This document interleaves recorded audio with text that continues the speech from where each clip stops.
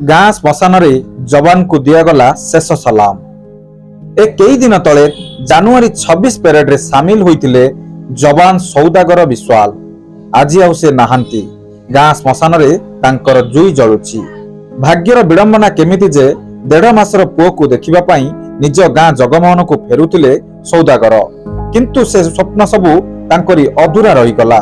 Train यात्रा बेले छत्तीसगढ़ दंतेवाड़ा ठारे तांकर हृदघात होई मृत्यु घटिला। से गाँ को फेरिले सत, किंतु शब होई फेरिसंती। एभली एक हृदय विदारक दृश्य देखा मिली गंजाम जिला धराकोट जगमोहन गाँव में। गाँव रघुनाथ विश्वाल सान पुओ सौदागर विश्वाल 2013 मसीह रेल विभाग स्वतंत्र सुरक्षा फोर्स रे कनेस्टेबल कार्य करुथिले।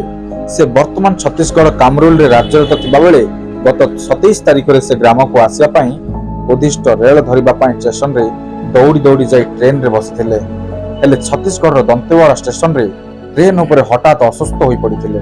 पर तांको निकटरे थिबा गिदम हॉस्पिटल को निया जायतिबा बेले सेठारे तांकर हृदघात रे मृत्यु होइतिबा डाक्टर घोषणा करथिले।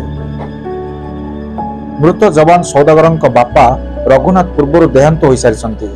मां, स्त्री और 1.5 मासर पुत्र संतान को नहीं तांकर छोटिया परिवार। सौदागरଙ୍କ मृत्यु रे निष्पाप शिशु बापा को हराइछि। स्त्री असहाय होइछि। मार कोल शून्य पलटिछि। एभली स्थिति रे परिवार रो भविष्यत एबे अंधकार को ठेली होई जाइछि। मो पुओ संसार पळैला, आमे केमिति बंचबु? ता छुआ केमिति बंचिबो? मो पिला कुआडे गला? मो पिलार कथा तमे देखो। मु तो केमिति घर करिथिली, मु किपरा दरगुडा तम पाखକୁ छाडिथिली, मु केमिति हजै देली आयो बेलिगिरी। मु मंगलवार दिन आका कथा हैछि, आउ हैनी पुओ दिले। छोट पुओ को देखिकिरी जीव बेली आउथला। छोट पुओ को देखिकिरी आयो बेली मते कहउथला काली की जीवी बेलिगिरी। मो पुओ तो आईनी सरी गला। काली की आयो बेलिगिरी मते कहिथिला मंगलवार दिन। मो पिला आउ आइलानी सरी गला। अन्यपटे सौदागर ग्रामर जणे मिष्टभाषी मेलापी होइतिबारु झुरुसंती ग्रामर लोके। अरवित साहू जगमोहन सौदागर गोटे भल पिलाटा थिला। सी चाकरी करूला आरसीएफ रे दांतेवाड़ा चाकरी करूला। आउ बाहाबार वर्षे हला पुओटा को मासे 1.5 मास हम। अचानक गोटे दुर्घटना घटला, ये होगा सीट घर को आसला। तार पिला देखा आसला। देख आस समय गाड़ी कथबार्ता होले सी आस मो पाखे बस कथबार्ता हम। भल सार कथबार्ता हो दुर्भाग्य।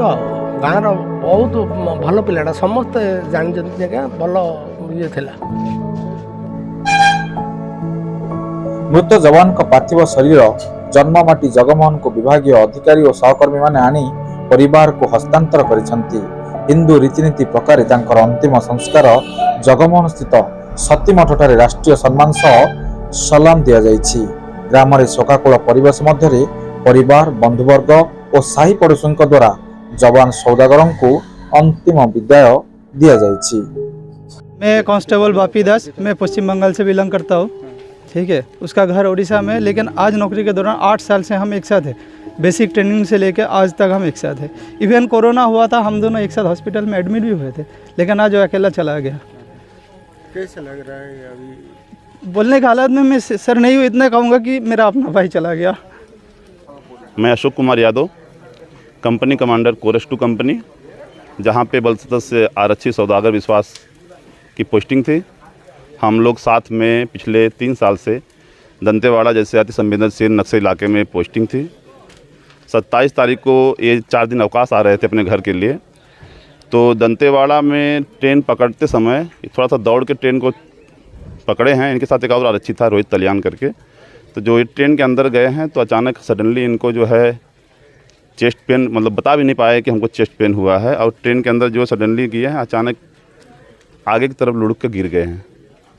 जो साथ में लड़का रहा वो इनको CPR दिया, चेस्ट में ऑक्सीजन दिया, सब कुछ जो कार्रवाई थी उसके लेवल की उसने उसको किया।